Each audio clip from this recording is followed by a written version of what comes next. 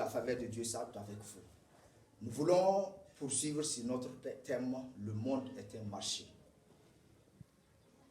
Dans ce marché, Christ nous a rachetés et nous a établis.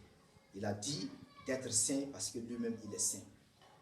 Et nous voyons dans Romains chapitre 12, l'apôtre Paul qui a résumé en quelque sorte ce que nous devons faire.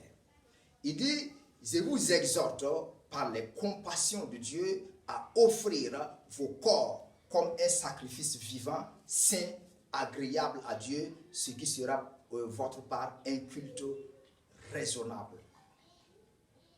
Cela veut dire, si nous avons été rachetés, ce qui nous reste est d'offrir nos corps pour être un sacrifice vivant, agréable pour Dieu. Il dit ce qui sera pour vous un culte raisonnable, un culte raisonnable, un culte raisonnable.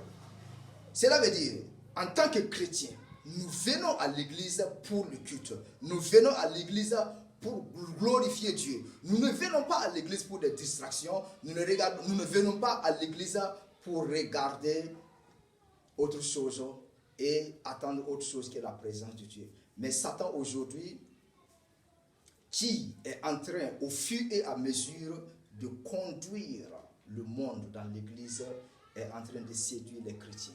C'est pourquoi vous allez voir aujourd'hui dans nos églises, les habillements de certaines femmes et même de certaines filles. D'autres vont s'habiller de manière à distraire les frères.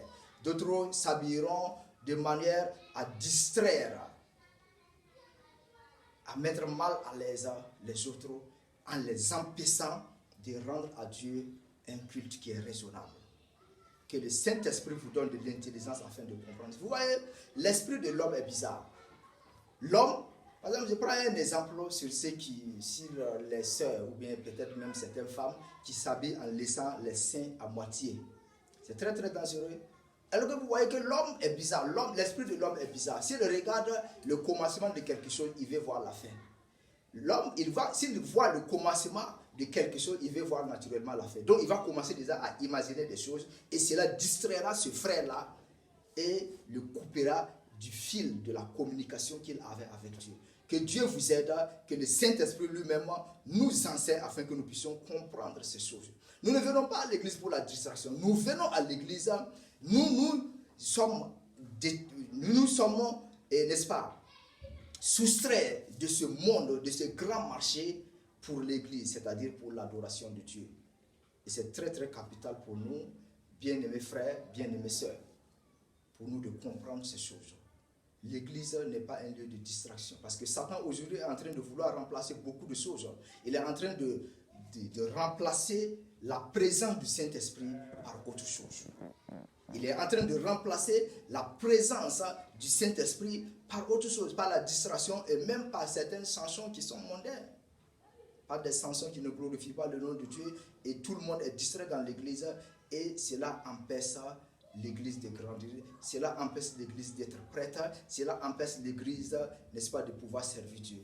Que le Seigneur lui-même nous aide afin de nous soutenir à quitter au fur et à mesure ce grand marché qui est le monde et en devenant des vrais adorateurs, en adorant Dieu en esprit, en vérité. Que Dieu vous bénisse au nom de Jésus.